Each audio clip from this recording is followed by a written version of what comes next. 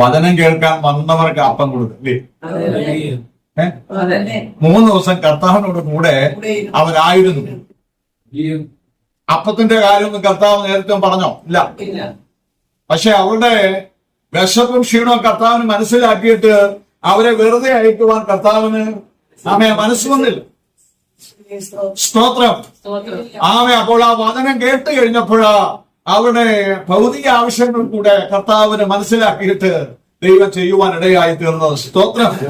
അങ്ങനെയെങ്കിലും രാത്രികാലം നമ്മുടെ ആത്മീയം മാത്രമല്ല, ആത്മീയ ഒന്നാമത് കർത്താവ് ചെയ്തല്ലേ, മുന്നമേ അവന്റെ രാജ്യവും നീതിയും അന്വേഷിക്കുക, അതോടുകൂടെ ഇവയൊക്കെ ഞാൻ നിങ്ങൾക്ക് തരുമെന്ന. സ്തോത്രം. ഹല്ലേലൂയ.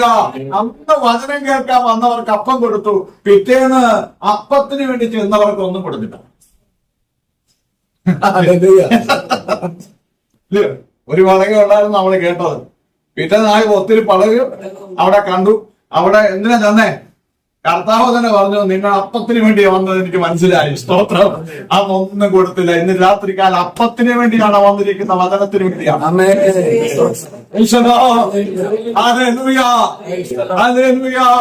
വചനം കേൾക്കാനായി ഇന്ന് രാത്രിയിൽ ദൈവത്തിന്റെ സന്നിധി വന്നതെങ്കിൽ ദൈവമേ അപ്പം കൂടെ തരുവാൻ ദൈവം മതിയായവനാ.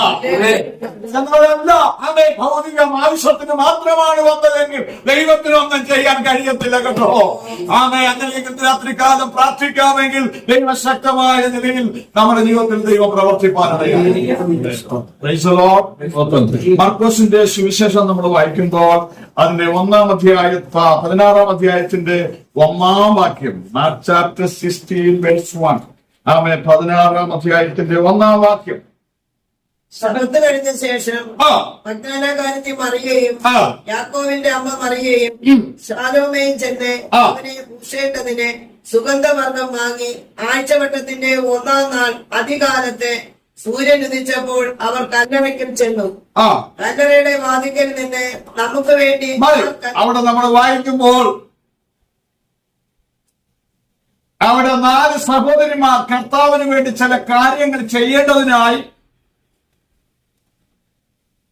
അവര് നേരത്തെ ചില കാര്യങ്ങൾ പ്ലാൻ ചെയ്ത് ഒരുക്കി തയ്യാറാക്കി വെച്ചതായ കാര്യങ്ങളുമായി യേശുവിന്റെ കല്ലറയ്ക്ക് ചെല്ലണം, ഇത് യേശുവിന്റെ ശരീരത്തിൽ പൂശണം എന്നൊക്കെ ചിന്തിച്ച് അവര് വളരെ പ്രാർത്ഥനയോട് പക്ഷേ തയ്യാറായി നിൽക്കുന്നതായ അനുഭവമാണ് നമുക്ക് കാണുവാനായിട്ട് കഴിയുന്നത്. മർക്കോസിന്റെ സുവിശേഷം വളരെ അനുഗ്രഹിക്കപ്പെട്ട സുവിശേഷമാണ്. എനിക്ക് വളരെ ഇഷ്ടപ്പെട്ട സുവിശേഷമാണ്. സ്തോത്രം. 4 സുവിശേഷങ്ങളാണ് നമുക്കുള്ളത്. ഏറ്റവും ചെറിയ സുവിശേഷമാണ് ഏതാ? മർക്കോസിന്റെ സുവിശേഷം. സ്തോത്രം. ബാക്കിയുള്ളതിനകത്തെല്ലാം വംശാവലികൾ വന്നതുകൊണ്ട് പേജുകൾ കൂടി. ഇതിനകത്ത് വംശാവലി ഒന്നുമല്ല.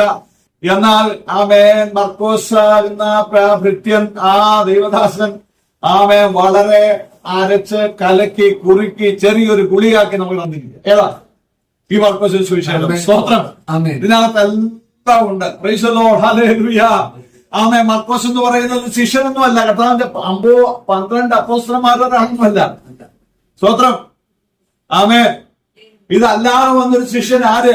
ഈ മർക്കോസ് എന്ന് പറയുന്നത്. ഇദ്ദേഹത്തെ കുറിച്ച് നമുക്ക് അറിയാമെങ്കിൽ വലിയ ദൈവിക അനുഗ്രഹമുള്ള ഒരു ഭവനത്തിലെ വ്യക്തിയാണ്. ആര്?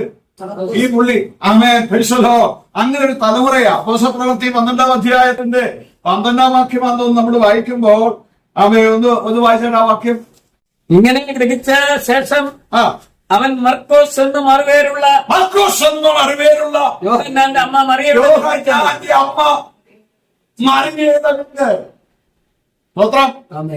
ഇങ്ങനെ ഗ്രഹിച്ച ശേഷം മർക്കോസ് എന്നും അറിവേരുള്ള യോഹന്നാൻ. ഇദ്ദേഹം 2 പേരായി. സ്തോത്രം.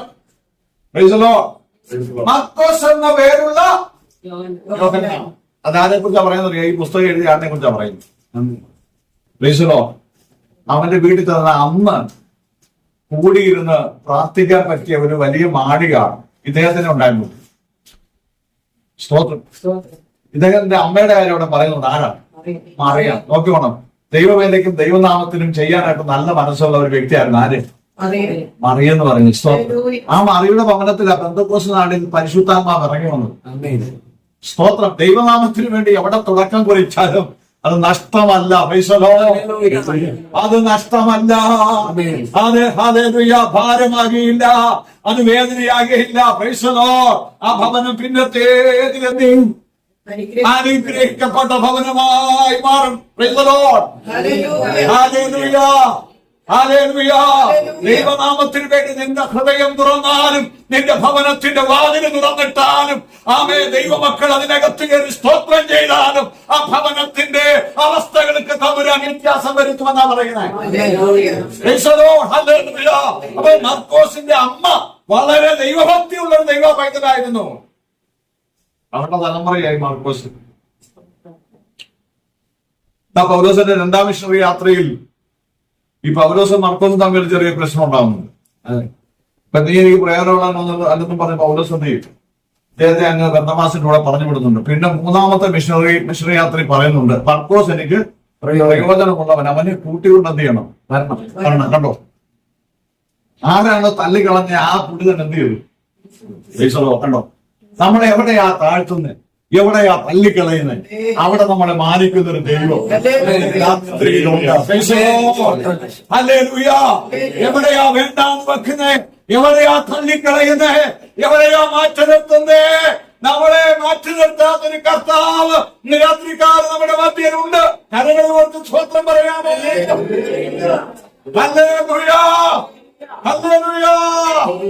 ആർക്കും നമ്മളെ താഴ്ത്താനൊന്നും നോക്കിയല്ല കേട്ടോ ദൈവം. ആ വ്യക്തിയാണ് ഈ മർക്കോസിന്റെ സുവിശേഷം എന്ത് ചെയ്തത്? സ്തോത്രം. 16-ാം അധ്യായത്തിലേക്ക് വരുമ്പോൾ നമ്മൾ വായിച്ച വാക്യം നമ്മൾ വായിച്ചു.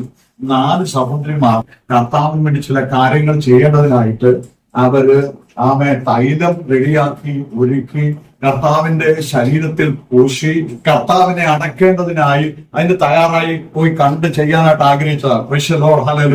പക്ഷെ ഇവർ ചെയ്തോ എന്നുള്ളത് നമുക്കൊന്ന് നോക്കാം. ഈ ചെയ്തു വെച്ച കാര്യങ്ങൾ ഇവർക്ക് കർത്താവിന് വേണ്ടി ചെയ്യാൻ കഴിഞ്ഞോ എന്നൊന്ന് നോക്കാം. ലൂക്കോസിന്റെ സുവിശേഷം നമ്മൾ വായിക്കുമ്പോ അതിന്റെ 24-ാം അധ്യായം 1-ാം വാക്യം വായിക്കാം. അവർ ഒരുക്കിയ സുഗന്ധവർഗം എടുത്ത് ആഴ്ചവട്ടത്തിന്റെ 1-ാം ദിവസം അധികാലത്ത് കല്ലറയ്ക്കലെത്തി. കല്ലറയിൽ നിന്ന് കല്ലുരുട്ടി കളഞ്ഞതായി കണ്ടു. അകത്ത് കടന്നാറെ കർത്താവായ യേശുവിന്റെ ശരീരം കണ്ടില്ല. അതിനെക്കുറിച്ച് അവർ കണ്ടില്ല. കർത്താവിന്റെ ശരീരം കണ്ടില്ല. ഇവർക്ക് പൂശാൻ കഴിഞ്ഞോ? സ്തോത്രം. എന്താ പൂശാൻ കഴിയാൻ? പോയി. കാരണം എന്ന് പറയും, അതിനൊരു കാര്യമുണ്ട്. നമ്മൾ വായിച്ച വാക്യത്തിൽ തന്നെ ആദ്യത്തെ 16-ാം അധ്യായത്തിന്റെ 1-ാം വാക്യം.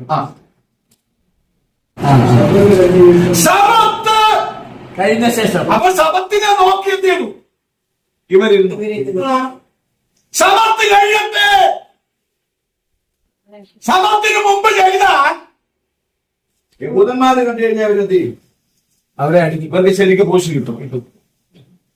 ഇവര് പൂശാൻ പോയല്ല, ശരിക്കും പൂശി കിട്ടി ഇവര് തിരിച്ചു വരും. സ്തോത്രം. പുറത്തിറങ്ങാനായിട്ട് വരും. ഒന്നും ചെയ്യാൻ നോക്കിയ അന്ന് അടങ്ങി ഇരുന്നോ. അന്നത്തെ പ്രമാണത്തെ, അന്നത്തെ റോമൻ അവസ്ഥകളൊക്കെ എന്ത് ചെയ്തു? ഇവര് പേടിച്ചു ഇരിക്കുക. പക്ഷെ ഇവർക്ക് ആഗ്രഹം ഉണ്ട് എന്തുവാ? ചെയ്യണം.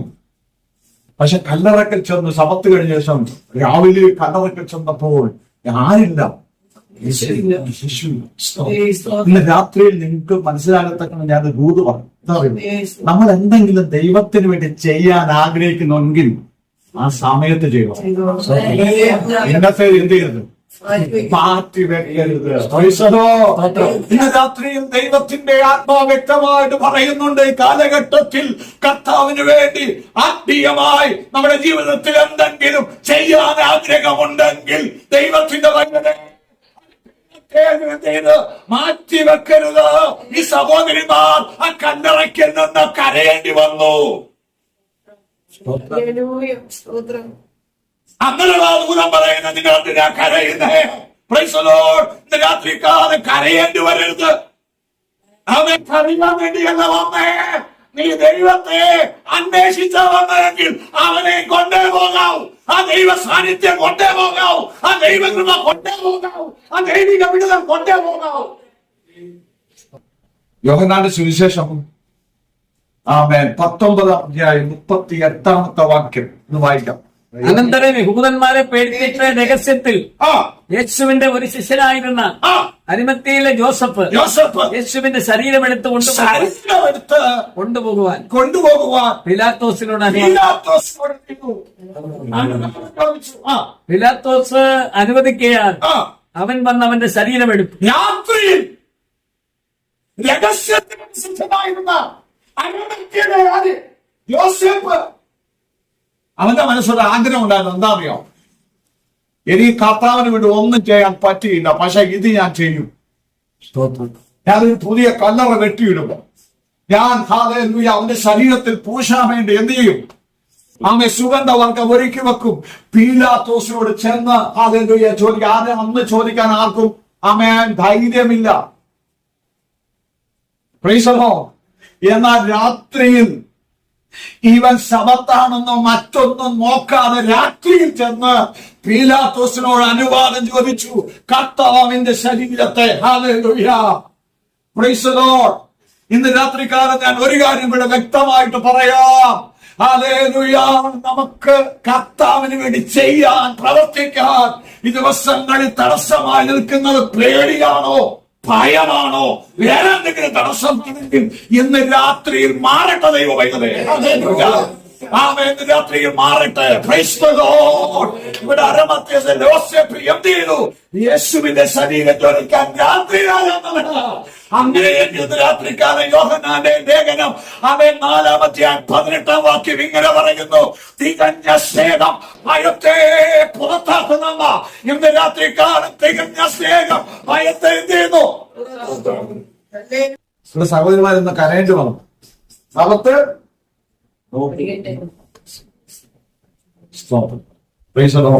നമ്മുടെ കർത്താവ് ഒരു സമത്തിന് എന്ത് ചെയ്തു? തകർത്തതാണ്. സ്തോത്രം. രാത്രി ചില സപത്തുകളെയൊക്കെ ദൈവം തകർക്കും. പറയാമോ? അങ്ങനെ